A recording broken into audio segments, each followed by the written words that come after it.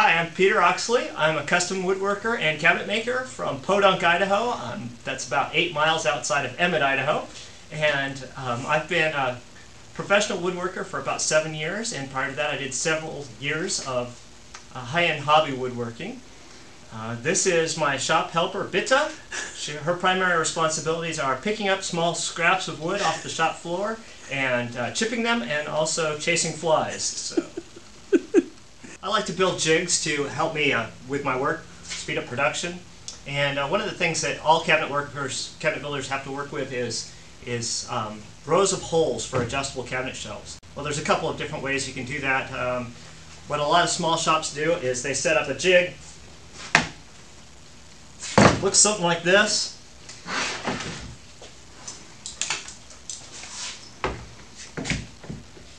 And they get out their drill with a Vicks bit and they go to work at it.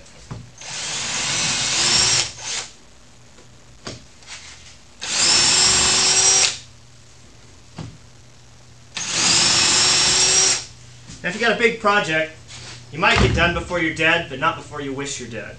My shoulder hurts already.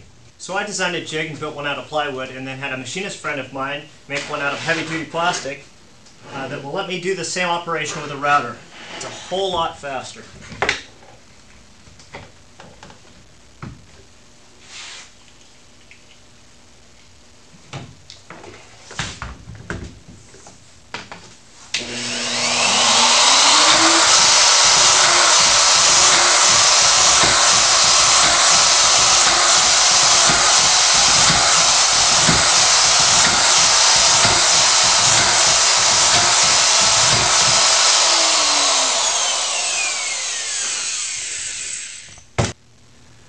One of my most challenging projects was a display table I built for a woman who had been building a miniature house for 7 years.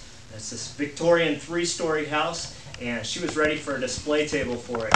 The display table is 6 by 6 and has a center section that moves up and down. We used several design elements from the house in the design of the table, from sunburst patterns in the door panels to heavy trim, to crown mold. We copied some of the crown molding and some of the trim on the cabinet. We also made the cabinet reflect a piece of furniture that would be nearby. The cabinet has 4 hidden compartments, a door to access the workings underneath, and 3 drawers. It has a couple of levers to actuate the drawers, and it's the cabinets, the hidden stuff is so totally hidden you wouldn't know they were there. It's so much fun to work with someone who was an artist, and she knew what she wanted, but also understood that an artist needs a little space to move, so she gave me some room to do some of my own design work as well, and we're both just thrilled with the way it turned out.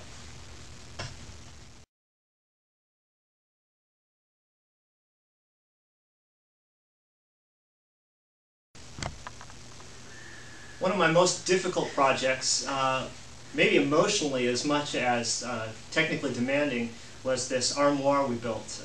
It's a huge armoire. I could easily crawl inside it. 8 feet tall, quarter sawn oak, hand-painted details on the front, leaded glass inserts in the top.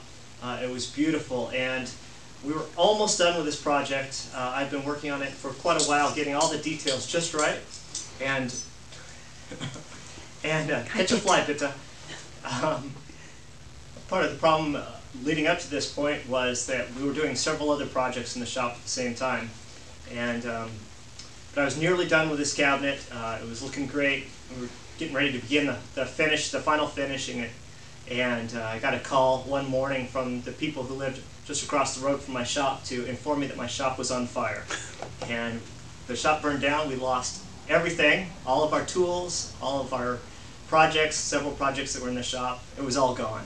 And you know, some kitchens and stuff, but I was pretty upset about the armoire. I put so much of my heart into it, and it was gone. Fortunately, the customer was so gracious and was willing to wait for me to build another one, and so I went to work on it just as soon as I had a new shop built. Didn't even have very many tools, but I got right to work on it as quickly as I could and used the tools I had while I was building my inventory back up, and we got it done, and it's a beautiful piece, and we're just really happy with the way it turned out.